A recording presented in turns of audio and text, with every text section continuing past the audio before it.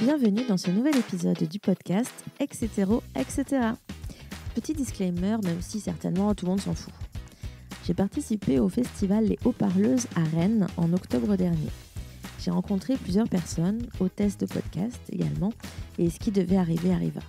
On m'a proposé de participer à d'autres podcasts en tant qu'invité. Que vais-je faire ? Je ne souhaite pas faire de publicité croisée, mais j'aime beaucoup les sujets de leur podcast. La démarche ne vient pas de moi. Je ne compte pas inviter ces personnes en contrepartie. Et elles ont des plateformes pour s'exprimer et moi je préfère interviewer celles et ceux qu'on n'entend pas ailleurs. Si les échanges sont agréables et que nous nous entendons sur ces conditions, j'y vais. À ce jour, j'ai enregistré un épisode pour le podcast H comme handicapé. J'ai souhaité diffuser un message positif dans le courant de la ligne éditoriale d'Etc, tout en répondant aux thématiques du podcast. Hermine a accepté et tout s'est très bien passé. Vous pourrez retrouver le lien de l'épisode en description. Si l'opportunité se présente de nouveau, dans les mêmes conditions agréables qu'avec Hermine, j'y retournerai certainement, mais pas dans un objectif de publicité. À part ça, la santé commence tout doucement à s'améliorer. J'espère continuer sur cette lancée. Et comme d'habitude, je suis queer, j'ai 23 ans, je suis une personne grosse, pansexuelle, demisexuelle et panromantique, handicapée par la fibromyalgie. Ici, ma ligne directrice est un format d'interview de personnes queer qui nous racontent des histoires positives. Parce que oui, bordel, on peut être queer et être heureux ou heureuse.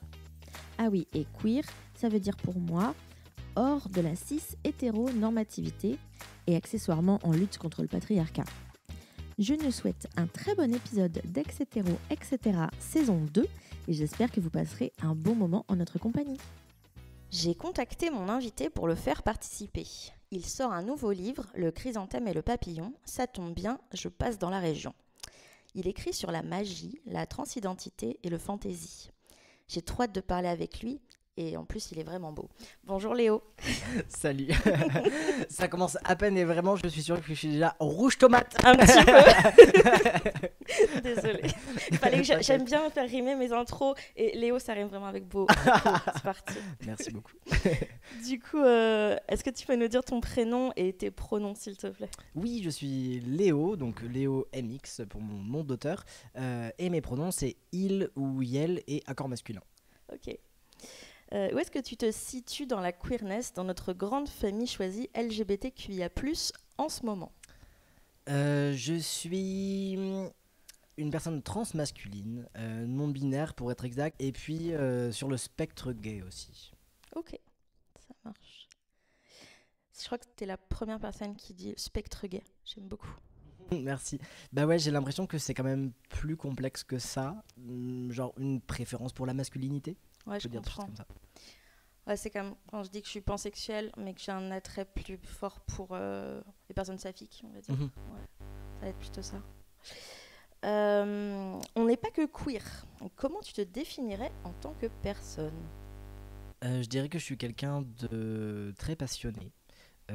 Et notamment par l'écriture, ouais. Mais aussi passionné au sens large, ce qui veut dire que je ressens des émotions très fortes et j'ai des hobbies ou des passions voilà, qui vont me prendre beaucoup de temps, qui vont vraiment me passionner. On t'a accaparé ton temps ? Ouais. Okay. Et puis passionné dans le sens aussi passionné par les gens. Ouais. Où j'aime vraiment beaucoup les gens, communiquer avec eux, passer du temps avec eux, etc. Trop bien. Et c'est quoi tes hobbies en ce moment ? Alors en ce moment, c'est assez cyclique. En ce moment, je fais beaucoup de peinture au numéro. Oh, j'adore. Je fais un peu de linogravure aussi. Ouais. Je passe aussi beaucoup de temps à faire des chantiers participatifs avec mes voisins. Trop bien. Ouais. On bosse sur notre potager en ce moment. Trop par exemple. Bien. Oh, il y a du taf là. Ouais, et on a plein de projets comme ça différents. Et du coup, on a commencé à en parler rapidement, mais que fais-tu dans la vie et comment occupes-tu tes journées ? J'ai, on va dire, 2 métiers pour faire simple. Je suis bibliothécaire et je suis aussi auteur. Et donc voilà, je suis à temps partiel à la bibliothèque pour avoir du temps pour écrire. Et vraiment, c'est vraiment ce qui remplit mes journées. Ok. C'est ce qui paye les factures, peut-être un peu plus. La bibliothèque, ouais. Okay. Ouais, c'est ça. Et on va dire que l'écriture, c'est plus l'activité passion. Ok. Et vraiment, c'est ce qui me fait kiffer. Je comprends. En espérant que ça peut-être paye plus les factures que bibliothécaire à un moment. Pourquoi pas. Après, il faudrait que je vois quel équilibre je peux trouver avec ma vie sociale. Ouais. Parce que, tu sais, bouger de chez soi tous les jours, aller au travail, voir ses collègues, etc. C'est quand même un truc important de ma routine et je me demande si c'est un truc qui me conviendrait d'être chez moi tout le temps. Okay. Surtout avec l'écriture qui est quand même une pratique assez solitaire. L'écriture te permet une liberté d'action que tu peux choisir complètement, mais par contre, tu dois t'imposer un emploi du temps. Oui, voilà, exactement. Il n'y a personne derrière pour me dire ah bah ça doit être fait aujourd'hui ou quoi. C'est vraiment moi qui gère ça tout seul. Ouais. Mais mon truc, c'est que j'ai tendance à un peu trop charger la mule, je dirais. Et du coup, à avoir très facilement une charge mentale qui va déborder parce que je vois tous les trucs que je pourrais faire en plus ou que je pourrais faire peut-être mieux ou différemment. Et ça remplit très très vite du coup mon esprit et mon emploi du temps. C'est ça. Ouais. Et du coup j'ai des périodes où je vais avoir beaucoup de mal à juste me détacher du travail de l'écriture et à juste de me tes reposer, personnages. Ouais, complètement. Je comprends parce que j'ai écrit un bouquin aussi pendant 1 an à peu près, quand j'ai fait que ça. Et donc, il n'y a pas de soirée, il n'y a pas de week-end, il n'y a pas de temps off. Ouais. Ça tourne tout le temps. En fait. C'est ça.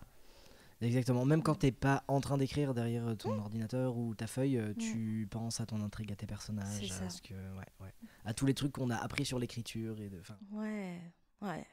C'est passionnant. Et là, le chrysanthème et le papillon, c'est le combienième? Ça se dit pas trop. Mais... en gros, c'est mon 3e livre, mon 2e roman. Ok. Voilà. Le premier, c'est Adriel. C'est donc un roman de fantasy, ambiance les 3 mousquetaires, mais avec de la magie. Oui. Et qui parle de transidentité et de non-binarité sur fond de complot à la cour du roi. Trop bien. Ensuite, il y a eu le Yelmar Shielsem. Donc ça, c'est un recueil de nouvelles. En gros, c'est... moi qui ai eu l'idée à la base et qui suis allé chercher les 5 autres auteuristes avec qui on a travaillé sur ce projet-là. Est-ce que tu peux nous citer les autres auteuristes ? Ouais. Alors, il y a Eden Van Beau, Sam Raphael, À Fleur de Peau, Merlin Maglor et Ashley Brown. Ok. Et donc, le chrysanthème et le papillon. Et le chrysanthème et le papillon, c'est ça qui est le petit dernier. Donc là, c'est l'histoire d'une adolescente qui vient de perdre sa grande sœur. Une nuit, elle se réveille dans un monde qui se trouve entre celui des vivants et celui des morts, dans lequel elle va retrouver sa sœur et elle va tout faire pour essayer de la ramener à la vie. Donc il y a une partie de l'intrigue qui se passe dans notre monde, avec sa vie hyper compliquée au lycée, dans sa famille. Elle a 2 papas d'ailleurs, dont un qui est trans. Donc voilà, sa vie aussi amicale, etc. Et puis une autre partie de l'histoire qui se passe dans cet outre monde, où elle retrouve sa sœur et elle va vivre des aventures où là ça va plus s'apparenter à de la fantaisie, il va y avoir de la magie, des créatures, etc. Ok, ça a l'air passionnant. 100% honnête, j'ai pas lu. Mais j'ai très envie du coup. J'ai très envie. J'ai lâché la lecture il y a quelques temps parce que je pars dans tous les sens. J'ai du mal à rester concentrée. Et en fait, j'écoute les livres beaucoup. Ouais. J'en ai écouté plein depuis que je me suis mis au livre audio. Et pour le coup, ça marche bien quand je conduis ou ce genre de choses. Ou sur des tâches ménagères, par exemple. Je fais de la couture aussi et j'aime beaucoup écouter. En fait, j'ai cette pratique de la lecture aussi. J'aime beaucoup les livres audio. Ouais. T'as un projet de livre audio sur celui-là ? Ouais. Personne ne sait encore, mais ouais. Trop bien. On est en train de voir toute la partie technique et commencer les enregistrements et tout. Donc c'est pas moi qui lis. Ok. Mais voilà, la personne qui était partante pour lire, elle s'appelle Lucille et vraiment j'adore sa voix. Je trouve qu'elle se marie très très bien avec cet univers-là et tout ça. Donc j'ai vraiment hâte. Je pense que ça va être vraiment chouette. Trop bien. Trop bien. Je crois qu'à un moment je vais faire ça aussi. La lecture de livres audio, parce que j'adore. C'est un vrai métier, hein, c'est d'être comédien. Oui, complètement. Ouais, c'est passionnant.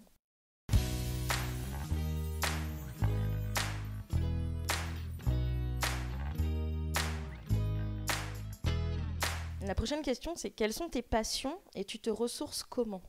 On a déjà un petit peu parlé de tes hobbies de peinture et de linogravure, mais du coup, vraiment, comment tu te ressources sur ces temps-là, sachant que, notamment, ton métier d'écrivain te prend presque 100% de ton temps ? Ouais, j'essaye vraiment de me mettre d'accord avec moi-même sur des temps où je suis pas en train de travailler. Okay. Et vraiment où j'éteins mon cerveau et toute la partie écriture et pro pour essayer juste d'être dans le moment, de me ressourcer, etc. Et dans ces moments-là, c'est peinture au numéro et typiquement avec une playlist derrière qui n'est pas du coup la playlist de mon roman en cours, très important. Ouais. Et sinon des vidéos YouTube. D'accord. Voilà. Et c'est quoi que tu regardes sur YouTube notamment ? Quand j'ai vraiment besoin juste de déconnecter mon cerveau, je regarde pas mal les vidéos de McFly et Carlito. Okay. Et sinon, je regarde des VOD de jeux vidéo. Okay. Donc, par exemple, j'ai commencé là récemment le let's play de Atomium sur Final Fantasy XVI. Okay. Et sinon, j'aime beaucoup regarder Mister MV. Ok, trop bien. Ça y est, on arrive sur les questions un peu plus personnelles. Est-ce que tu pourrais nous raconter ton coming in quand tu as compris ton identité de genre et ou ton orientation sexuelle ? Ouais, c'était en mars 2020, donc plein confinement, etc. Comme beaucoup, je pense que ça nous a permis de nous recentrer sur nous-mêmes. Et juste, je scrollais sur Instagram, je suis tombé sur un post qui parlait de non-binarité. Et là, ça a fait tilt. Et je me suis dit, mais c'est moi. Et juste, je savais pas que ça existait, mais ça mettait un mot sur ce que j'avais ressenti quasiment toujours dans ma vie. Et c'est là qu'il y a eu un déclic. Mais ce qui est drôle, c'est que j'avais fait un espèce de coming in, puis de coming out gender fluid des années avant, mais qui était un peu passé inaperçu. Même moi, j'ai un peu du mal à savoir ce qui s'est passé. J'ai découvert le thème de gender fluid. J'en ai parlé à mes sœurs en premier, et puis après à ma mère. Et toutes les trois, elles m'ont dit, peu importe, tu vois, tu fais ce que tu veux, tu t'habilles comme tu veux, etc. Machin.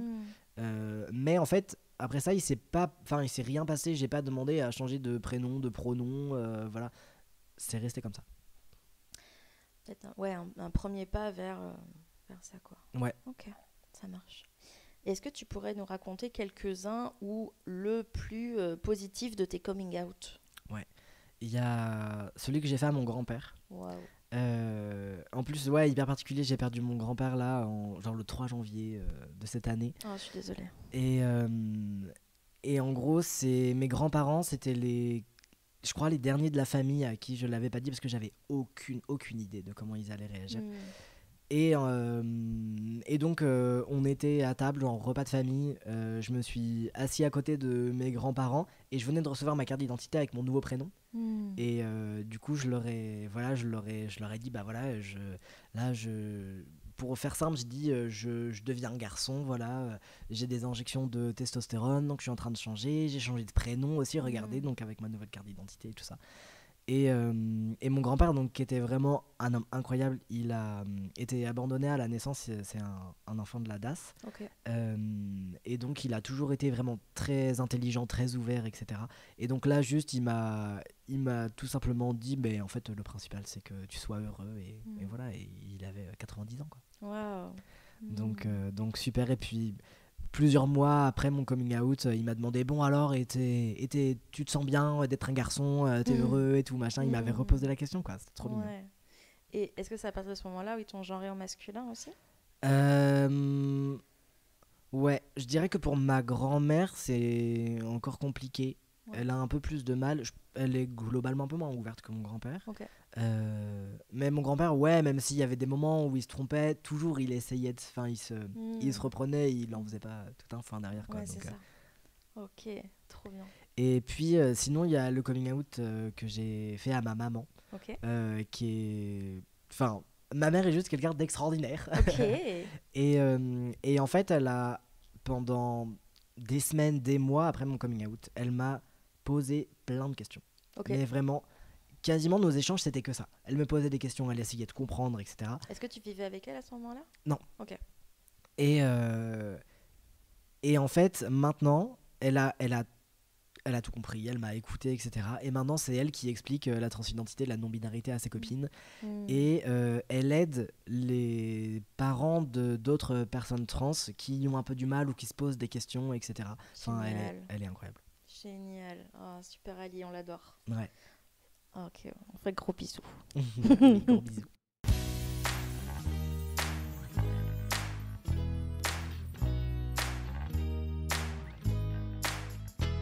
Est-ce que tu pourrais nous parler d'une relation amoureuse ou amicale positive et comment cette personne te rend heureux ou heureuse? Ouais, c'est dur d'en choisir qu'une en vrai. Je pense à 2 de mes meilleurs amis. Donc le premier c'est Elliot. Ouais. Je l'adore parce que tout est facile avec lui. J'ai pas besoin de batterie sociale pour passer du temps avec lui et on peut juste être l'un à côté de l'autre et genre se faire des petits doux sur le bras, tu vois, genre de faire des petites caresses sur le bras et ouais, c'est juste très facile. Quand je l'ai rencontré, il avait pas encore fait son coming in trans. Et c'est trop bien, enfin, j'adore pouvoir l'accompagner comme ça et le voir évoluer et être de mieux en mieux dans son corps, etc. C'est une relation amoureuse que tu as avec lui? Non, c'est mon meilleur ami. D'accord, ok. Moi j'ai bugué sur le début. Pas de souci. Et donc voilà, je chéris cette relation vraiment très très fort. Pour le nouvel an d'ailleurs, on part ensemble dans le sud de l'Allemagne. Trop bien. Voilà. Est-ce que... Alors, c'est un secret pour personne sur le podcast, du coup, ma femme c'est une meuf trans aussi.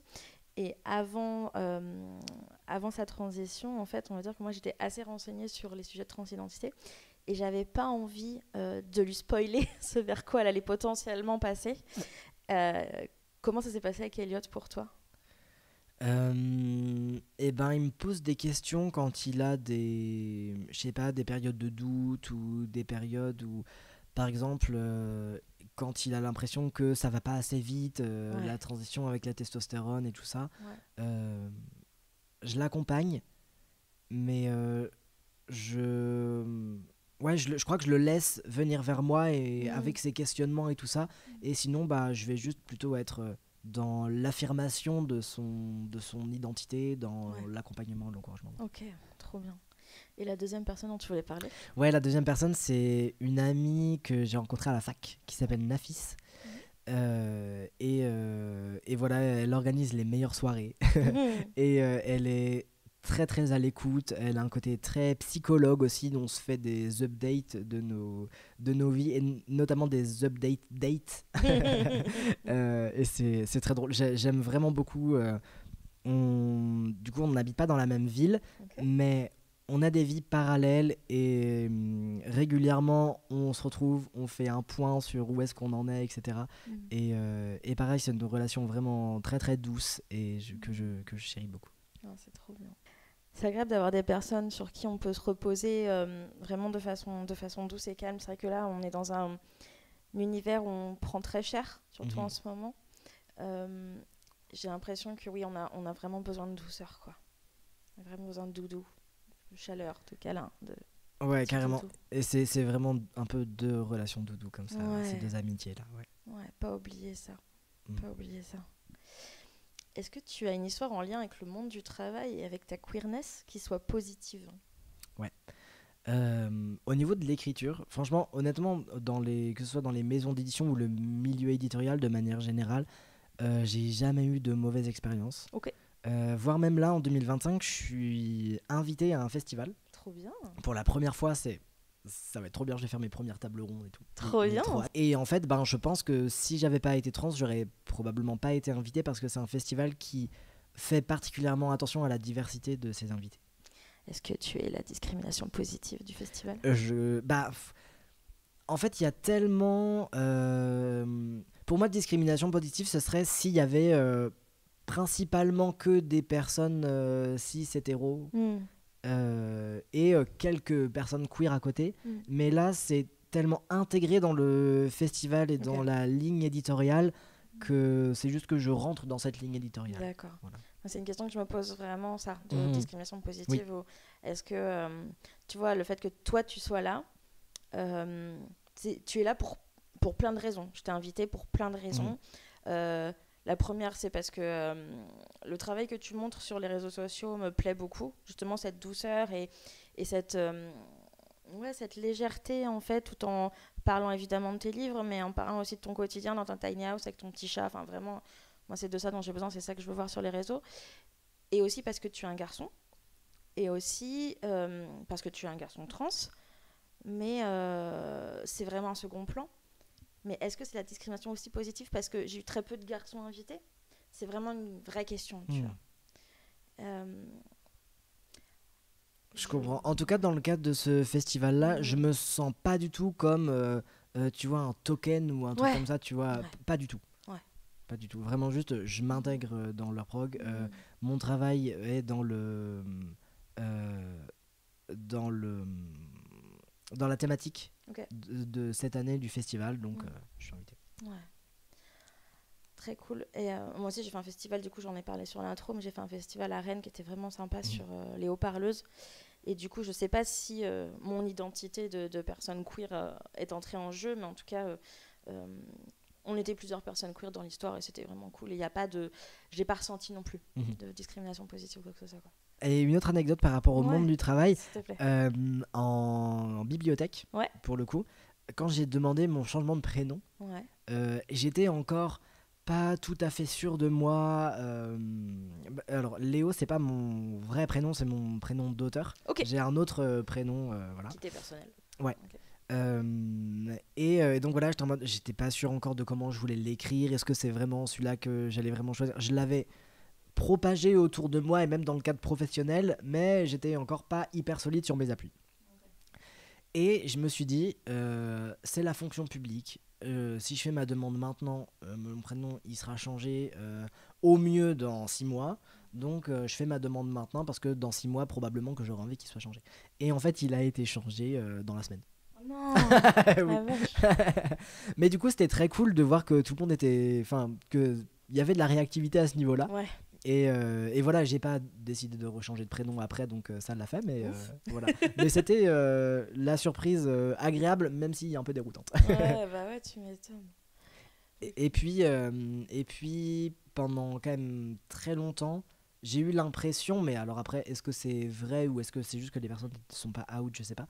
Mais j'ai eu l'impression d'être un peu la seule personne queer au travail, à la bibliothèque. Et il y a une personne ouvertement queer qui est arrivée après et ça m'a fait vachement de bien de me sentir moins seul et tout ça. Trop bien.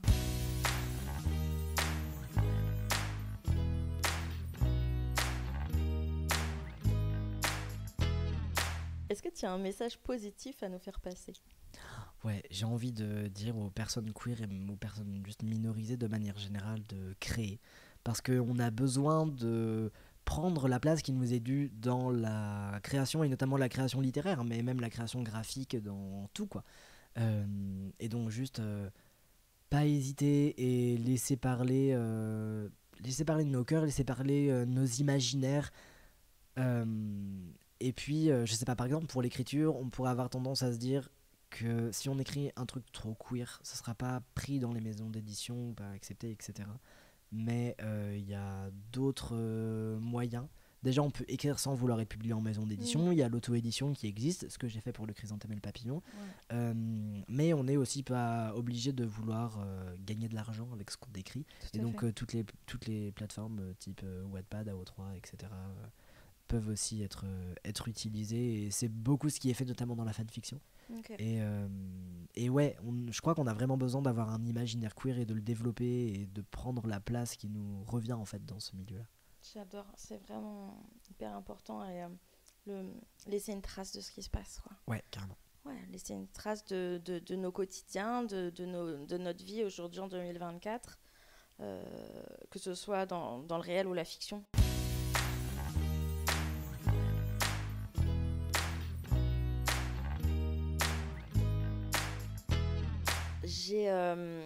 J'écris toujours, enfin j'ai toujours écrit depuis toujours et quand j'étais, même avant d'être enceinte, quand j'essayais de faire un enfant, j'avais commencé à écrire à mon bébé et j'ai relu ça donc la semaine dernière et aujourd'hui mon enfant a 6 ans et je lui écrivais coucou bébé ou bébé E. J'aimais beaucoup le bébé E. Quand j'ai su en plus que son sexe était féminin, je l'ai commencé à la nommer bébé E. Dans mes écrits, je lui disais peut-être que tu es toute seule, peut-être que tu es tout seul, peut-être que vous êtes 1, 2, 3, 4, mais je suis obligée de vous genrer au masculin parce que c'est comme ça. Et j'espère que toi, plus tard, tu seras obligée de genrer dans les deux genres, et tu te diras que c'était tellement facile en 2017-2018 d'écrire, que c'était beaucoup plus simple. Et quand j'ai relu ça, je dis mais c'est pas possible en fait J'avais déjà cette volonté d'écriture inclusive que je pratiquais déjà au travail notamment, mais avec cette notion de facilité d'écriture, de tout genrer au masculin,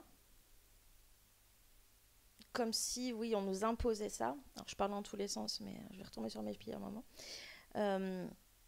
Comme si on nous imposait d'écrire toujours au masculin, et en fait, non, c'est qu'est-ce que nous, aujourd'hui, on a envie de dire, comment on a envie de s'exprimer.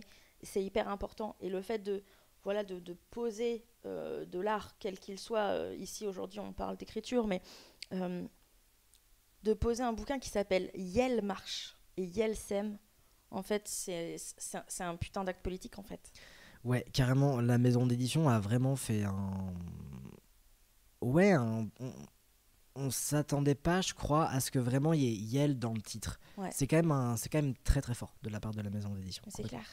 C'est quoi le nom de la maison d'édition ? Le Muscadier. Ok. Ils sont du côté de Cognac. Ok. Mais c'est super. Ouais. C'est vraiment important, en fait. Et merci beaucoup d'avoir fait ce chemin-là. Merci à la maison d'édition. Merci aux autres auteuristes avec toi. C'est hyper important. Enfin, là, je vois des bouquins qui s'appellent Les Gouines, les PD. Ben, en fait, trop cool, en fait. Merci, trop cool. C'est hyper important. C'est vraiment hyper important. Et ouais, c'est des bouquins qui, du coup, pour moi, vont attirer le public queer. Mais du coup, je trouve que c'est important aussi d'amener juste les gens qui aiment la lecture vers une ouverture. Donc, par exemple, en salon, les personnes qui vont venir et regarder Yel marche, Yel sème, souvent, c'est des personnes queer. Mais du coup, mes autres livres vont peut-être toucher des personnes juste qui aiment lire et connaissent rien à la transidentité, à la non-binarité ou tout ça. Et vont être d'abord attirés par le livre et en le lisant, comprendre peut-être ou s'ouvrir à tout ça. C'est avec Adriel, en gros, mon premier roman, je l'ai écrit à la fois pour que les personnes qui n'y connaissent rien puissent découvrir la transidentité, la non-binarité, ce qu'on peut ressentir quand on est une personne trans. Et surtout dans toute cette période avant le coming in où on est un peu perdu, on ne sait pas vraiment qui on est et où c'est très compliqué. Et dans le chrysanthème et le papillon, au contraire, donc les personnages trans sont des personnages secondaires. Donc il y a un des papas de l'héroïne qui est un homme trans et qui a porté ces deux filles dans son ventre. Et deux amis donc, de Anna qui s'appellent Tom et Ryan, qui sont deux personnages non binaires aussi. Et donc là, je pense que les gens viennent d'abord vers le chrysanthème et le papillon parce que l'histoire, la couverture leur parle et vont découvrir à l'intérieur après qu'il y a des personnages queer. Et j'espère en tout cas que ça peut ouvrir en fait des possibilités. Et du coup, j'ai utilisé le Yel et l'écriture inclusive dedans quand il y avait donc Tom et Ryan dans les scènes, mais tout en faisant attention à ce que ça ne vienne pas trop gâcher la lecture ou complexifier la lecture pour des personnes qui n'ont pas l'habitude d'appréhender ces choses-là. Donc par exemple, j'ai pas mis de LE ou de termes comme ça, j'ai vraiment simplifié au maximum. Ouais, c'est un vrai travail dans l'écriture et aussi dans la lecture, mais ça se travaille et ça s'apprend et ça va, à force de s'entraîner à lire et à écrire comme ça, en fait, ça va rentrer très facilement. C'est des discussions que j'ai actuellement.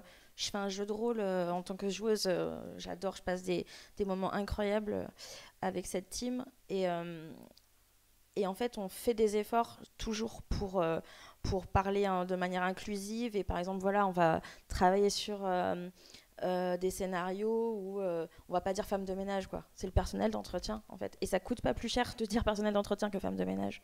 Carrément. Et c'est important. C'est important de travailler comme ça, d'écrire comme ça, de parler comme ça. C'est vraiment...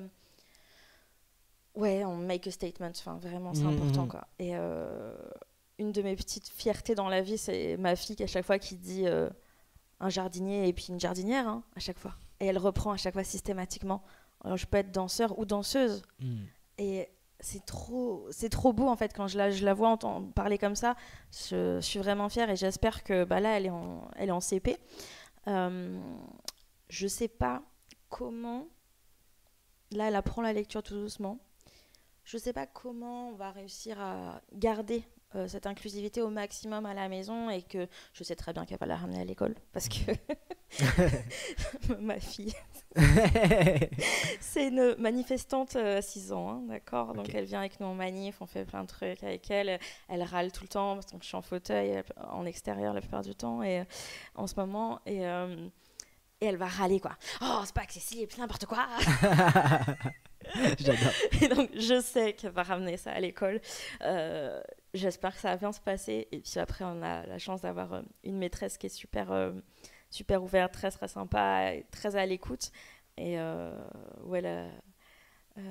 comment dire, notre queerness à l'école est plutôt bien perçue par le personnel, beaucoup moins par les gens du village. Mais c'est un travail de tous les jours en fait. Notre existence est un travail de tous les jours Carrément, et peut-être que le fait que ta fille arrive à l'école comme ça avec sa queerness, ses revendications et tout ça, ça fera se questionner les autres enfants, peut-être même les instituteurs, institutrices et tout ça. Carrément, c'est ça vers là où j'allais, je me suis perdue entre temps, mais c'est là où j'allais, et quand on disait que justement tes lecteurs et tes lectrices vont peut-être parler à leurs parents de oh, je suis en train de lire ça, et voilà, on parle de ça, et c'est trop cool, et justement les rebonds en fait, les rebonds des personnes que tu vas toucher, tes cibles secondaires, du coup, qui vont pouvoir être touchées en parlant. Mais carrément, et un truc que j'adore en salon, c'est que, donc vraiment, quand je suis en salon, ma nappe, c'est soit le drapeau arc-en-ciel, soit le drapeau non-binaire. J'ai un autre petit drapeau, tu sais, genre que tu peux juste poser sur la table. Voilà. Il y a le Marshall avec sa couverture arc-en-ciel. Enfin bon, clairement, c'est visibilisé, queerness. Et du coup, j'attire toutes les personnes queer qui vont être là, mais même pas seulement dans le public, même les autres auteuristes qui vont être là. Et par exemple, au dernier salon que j'ai fait, il y a une dame qui doit avoir, je pense, bien 80 ans, qui est venue, elle dédicaçait la table en face de la mienne, et elle est venue me parler de sa bisexualité, de comment elle attirait beaucoup les femmes quand elle était jeune. J'ai adoré cette anecdote. Et de comment est-ce qu'elle devait vivre un peu cachée, que c'était compliqué, etc. Et c'était passionnant. Et je lui ai demandé, est-ce que des fois tu te dis que tu aurais aimé être jeune maintenant pour pouvoir vivre pleinement en fait ton identité? Elle m'a dit, ah bah oui, je me le dis hyper souvent. J'ai envie de dire qu'on a de la chance de vivre ce qu'on vit aujourd'hui parce que oui, on a la chance d'être plus out. Ouais. Bien sûr. Ouais, et je remercie vraiment toutes les personnes qui sont passées avant nous et qui se sont battues pour qu'on puisse être nous-mêmes aujourd'hui plus facilement, et c'est aussi pour ça que je fais tout ce travail pour que les personnes qui vont venir après puissent, que ce soit encore plus facile pour elles si c'est possible quoi, au maximum. C'est ça, et on se comprend, on fait le même travail.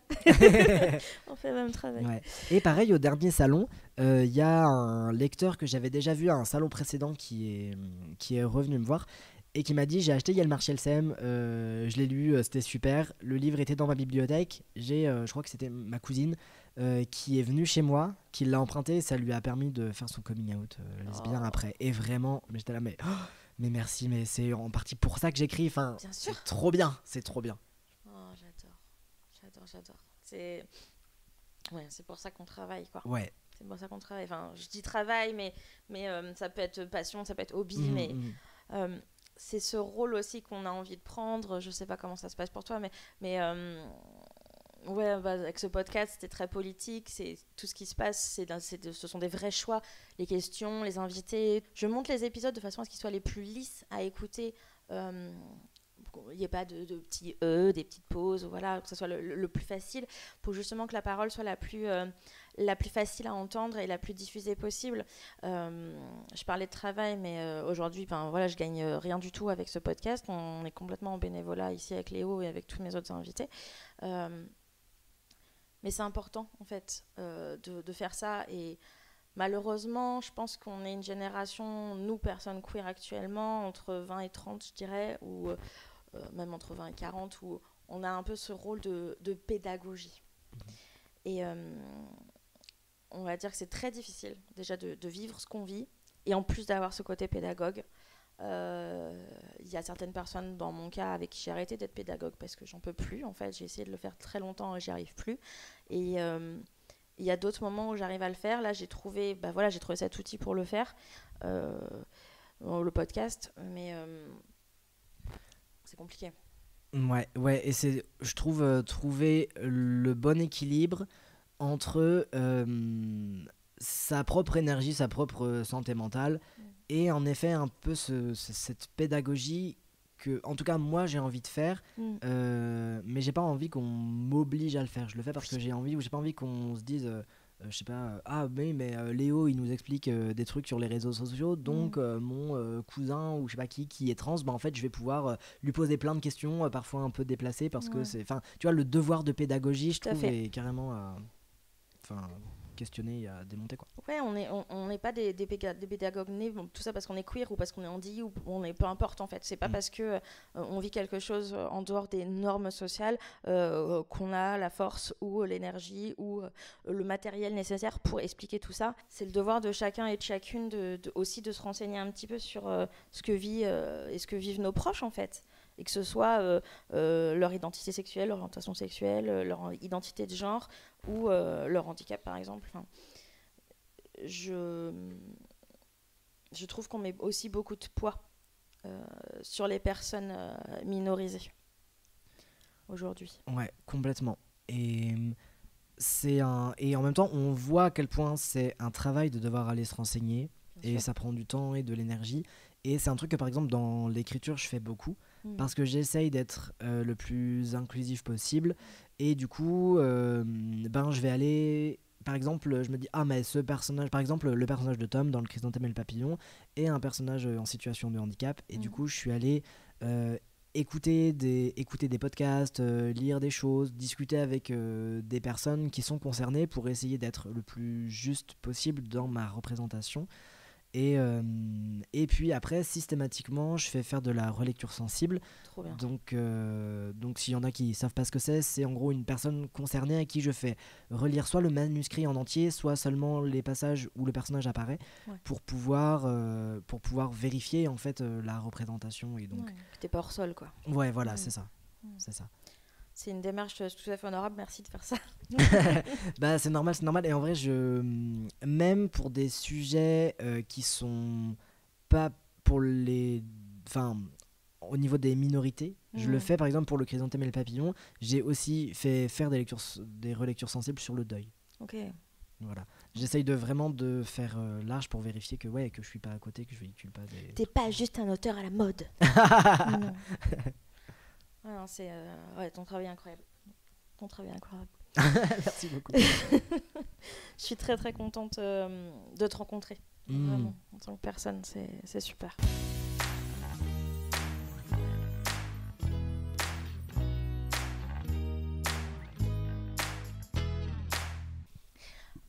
À quel point t'as insufflé ta réalité dans tes livres ? Beaucoup. Pour la réponse courte. Quand j'écris, je pioche toujours dans les viviers des choses qui me font vibrer. Dans Adriel, par exemple, il y a toute une partie de l'histoire qui parle de lui, sa recherche d'identité, de à quel point il sait pas qui il est complètement perdu. Et je l'ai écrit dans la période où moi j'étais juste après mon coming out aussi, mon coming in et tout ça, et donc où j'étais un peu dans ce flou. Et ouais, j'avais envie de partager ça. Et pour Yelmar Shielsem, ma nouvelle s'appelle Sam, donc c'est le nom du protagoniste. Et à la base, je me suis dit, je vais écrire un peu une version... mon moi, de comment je l'imagine dans le futur. Ok. Donc c'est un personnage qui est donc non-binaire, qui est tatoué, qui vient d'avoir sa mammectomie et qui donc est à la marche des fiertés. Et c'est la première fois qu'il peut enlever son t-shirt comme ça devant tout le monde avec son torse plat et tout. Bon, sur plein d'autres aspects, le personnage me ressemble pas, mais il y avait quand même une volonté un peu comme ça. Et dans le chrysanthème et le papillon, c'est différent. J'ai mis peut-être un peu moins de choses de ma queerness dedans. Mais j'y ai mis beaucoup plus de mon anxiété vis-à-vis de la mort, la vie, etc. Et j'y ai mis les réponses que moi j'ai trouvées à cette anxiété-là. Ok. Donc c'est aussi un livre ressource. Ouais. De toute façon. Ouais, enfin, les trois, on sent qu'il y a de la ressource dedans, quoi. Complètement. Trop bien.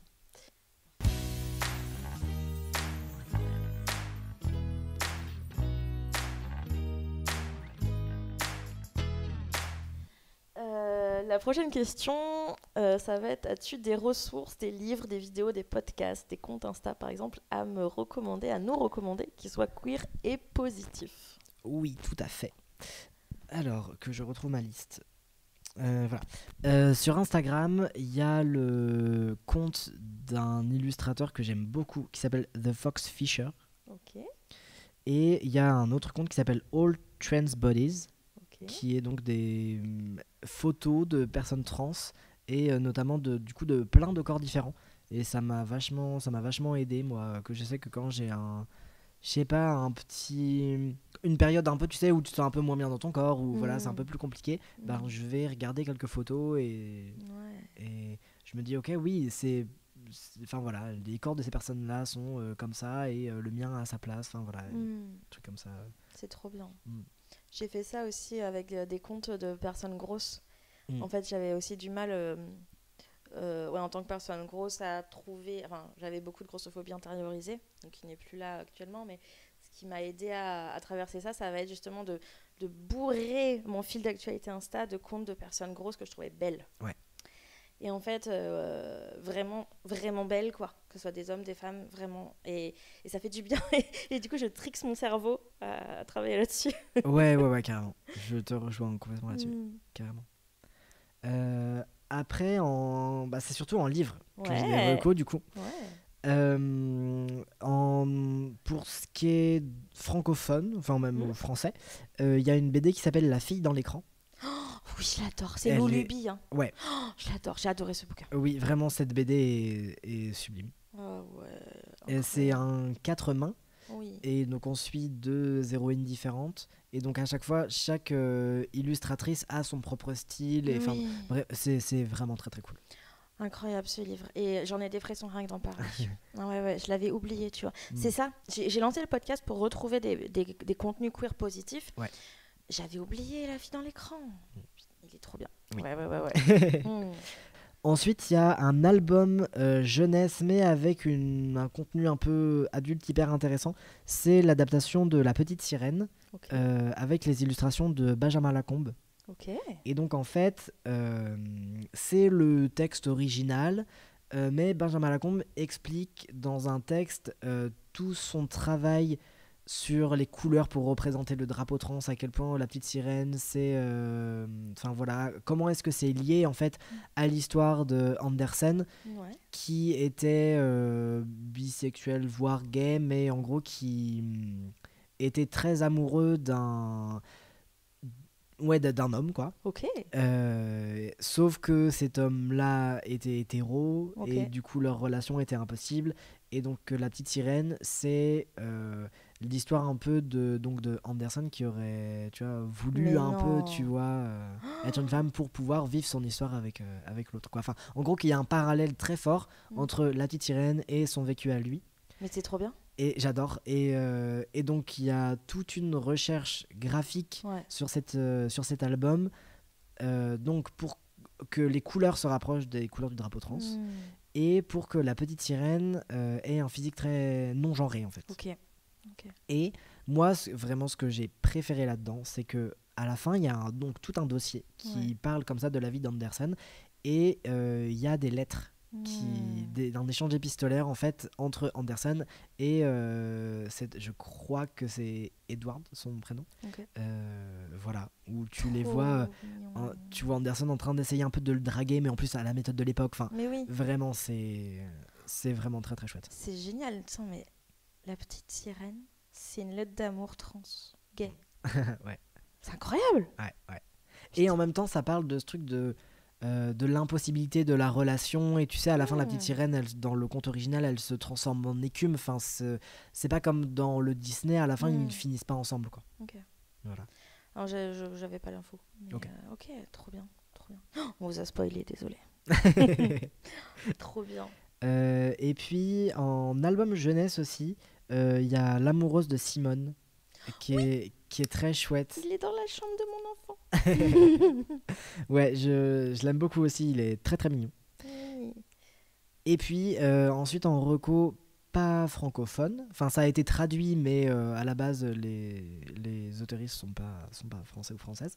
Il y a Felix Ever After, qui est un roman ado avec un personnage principal trans et latin, si je dis pas de bêtises. C'est du contemporain. Et voilà, très, très chouette. Bonne représentation. Ce roman m'a fait particulièrement du bien parce que c'était la première fois que je voyais dans un roman un personnage trans avoir son injection de testostérone. Et là, me sentir, tu vois, je sais pas, vu, reconnu dans cette scène-là, c'était hyper fort. Trop bien. Ensuite, il y a Le Garçon Sorcière. C'est de la bande dessinée jeunesse, je crois qu'il y a 3 tomes. Et c'est une BD de Molly Ostertag, qui est la compagne de Andy Stevenson, qui est l'auteur de Nimona, qui est aussi une BD mais pour les adultes et qui a été adaptée récemment sur Netflix. C'est incroyable.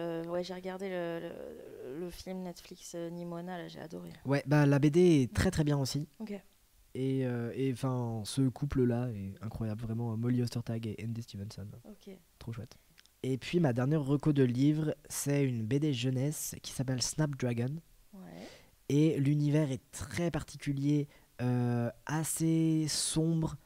Il y a une espèce de vieille dame un peu sorcière qui étudie les squelettes d'animaux. Enfin, c'est très très particulier comme ambiance, mais c'est super.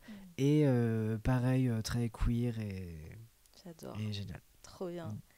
J'avais vu passer des études sur les personnages Disney queer, justement. Ça sera à creuser, un petit peu à creuser, mais à quel point Jafar est queer, Ursula est queer. Ursula qui avait été inspirée d'une drag queen à l'époque, c'est ça. Tout à fait. Mais ouais, c'est incroyable. Ouais, et j'ai adoré ce qu'ils ont fait avec le personnage du fou dans l'adaptation filmée de La Belle et la Bête. Je l'ai pas vu. En gros, donc le fou est vraiment présenté comme amoureux de Gaston et vraiment c'est son idole, etc. Et il y a un moment, je sais plus quel personnage, je crois que c'est pendant la bataille finale dans le château de la Bête, où il y a quelqu'un qui dit au fou tu mérites mieux que ce gars-là, quoi. Et dans les villageois qui attaquent le château de la Bête, donc pendant le combat final dans le château, il y a notamment la commode là, très connue, voilà, qui aspire un des gars. Et en fait, quand il ressort, il est à moitié en drague. Et il y a un petit eye contact avec le personnage du fou. Et à la toute fin, donc la scène de bal où là la Bête est redevenue un prince, etc. Danse avec Belle, machin. Et ben tu vois les deux gars danser ensemble. Et c'était incroyable. Vraiment, c'est que des détails, mais j'ai trouvé ça incroyable. C'est le film avec Emma Watson, hein. Ouais, c'est ça. Ok, bon, je vais le regarder. Génial. On va attaquer nos toutes dernières questions. Est-ce que tu as un ou une prochaine invitée à me recommander ? J'en ai 3. Oh waouh, j'adore. Allons-y. Le premier, c'est Léolio. Je m'attendais à lui.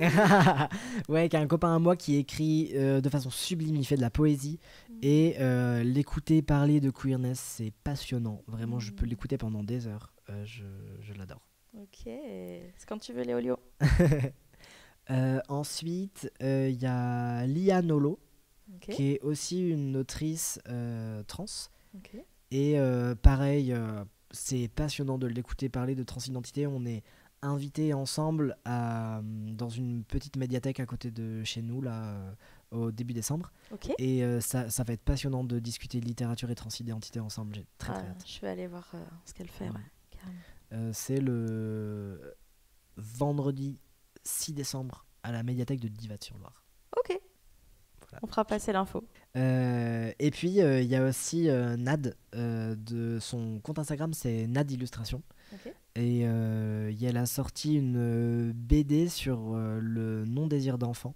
Ok. Et vraiment son style est très cool. Enfin voilà, j'ai eu la chance de le rencontrer en vrai et c'était super. Génial. On s'est retrouvés pour un concert d'Aurora en septembre. Là. C'était un moment incroyable. Est-ce que tu as envie de dire merci à un ou une inconnue ? Oui, en vrai, tous les jours, je remercie en mon fort intérieur toutes les personnes qui m'écrivent sur les réseaux sociaux ou qui me croisent, etc. et qui m'envoient tellement d'amour et de bienveillance et de soutien. Vraiment dans les moments où tu sais, c'est un peu plus compliqué, ou les moments de doute, que ce soit au niveau, je sais pas, juste de la vie ou même de l'écriture, pouvoir relire tous ces messages-là, c'est tellement important et ça m'aide vraiment beaucoup. Je suis en train de sélectionner des messages de retour de lecture qui sont hyper positifs pour les imprimer et me faire un petit tableau chez moi. Et tu vois, pour les moments vraiment où je doute et je me dis ce que je suis en train d'écrire vraiment ça va pas, ou c'est pas à la hauteur, ou des choses comme ça, en fait de pouvoir m'y référer en mode regarde, en fait ce que t'as fait ça a plu aux gens, t'as eu des retours vraiment directs, c'est hyper positif, continue comme ça, t'es sur la bonne voie, enfin tu vois. On a besoin de ce doudou là. Ah ouais, complètement. Carrément, ah ouais. J'ai une dernière question bonus. Pourquoi tu as accepté de faire ce podcast ? J'ai accepté parce que pour moi c'est hyper important ce genre de podcast, de pouvoir parler de queerness ouvertement, de faire un peu des portraits de personnes queer pour montrer à quel point on est tous hyper différentes, avec des vécus aussi très différents, et aussi parce que là dans le cas de etc., d'avoir du contenu positif aussi, c'est tellement important et on en a assez peu, quoi. Ouais, merci. Merci énormément Léo, c'est très précieux tout ce que tu nous as apporté. Merci beaucoup. Merci à toi. À bientôt. À bientôt. Merci d'avoir passé ce moment avec nous. Le podcast etc. n'a pas de rythme régulier. Vous pourrez me retrouver quand les planètes seront alignées en termes de météo, santé physique et mentale, dispo des invités et bien d'autres facteurs encore. Vous pouvez me suivre sur Instagram sur le compte etc. Je vous y partage les nouveaux épisodes, les recommandations et quelques extraits. En bonus, des contenus queer et positifs trouvés ici ou là. C'est une boîte à idées virtuelle de contenus queer et positifs à picorer quand vous en avez besoin.